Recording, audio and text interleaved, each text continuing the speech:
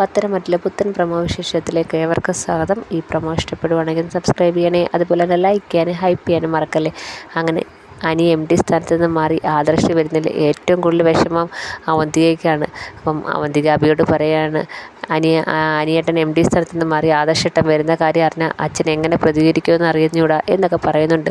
അപ്പം അഭി പറയുന്നുണ്ട്, എന്തായാലും നീ അനി MD സ്ഥാനത്ത് നിന്ന് മാറിയെന്നും പറഞ്ഞുകൊണ്ട് നീ അവനെ കൈവിടാനൊന്നും നിൽക്കല്ലേ, അവനെ മുറുകെ പിടിച്ചോണം എന്ന് അഭി പറഞ്ഞു കൊടുക്കുകയാണ്. അപ്പം അവന്തിക പറയുന്നുണ്ട്, അങ്ങനൊന്നും ഞാൻ കൈവിടത്തില്ലെന്ന് പറയാണ്. ഈ സ്വത്തിൻ്റെ പാതി അവനുള്ളതാണെന്ന് അഭി പറഞ്ഞു കൊടുക്കുകയാണ് അവന്തികയ്ക്ക്. അങ്ങനെ അവന്തിക ആകപ്പാടെ വിഷമത്തിലാണ്.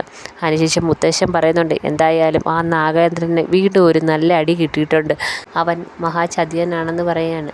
അതിനുശേഷം അനി MD സ്ഥാനത്ത് നിന്ന് മാറുന്ന കാര്യം അഭിയാണെങ്കിൽ നാഗേന്ദ്രനെ അറിയിക്കാൻ എത്തുന്നുണ്ട്. അങ്ങനെ നാഗേന്ദ്രനും അഭിയും കൂടെ സംസാരിക്കുകയാണ്.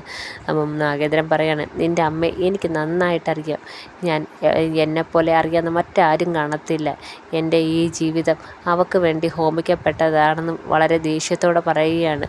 അപ്പം അഭി ഇതൊക്കെ കേട്ട് സങ്കടത്തോടെ ഇങ്ങനെ നിൽക്കുകയാണ്. അതിനുശേഷം ജലജയെ കാണിക്കുന്നുണ്ട്. ഇച്ചിരി സങ്കടത്തോടെ ദേഷ്യത്തോടൊക്കെയാണ് ജലജയിൽ നിൽക്കുന്നത്. ഇതൊക്കെയാണ് പ്രമോ വിശേഷം.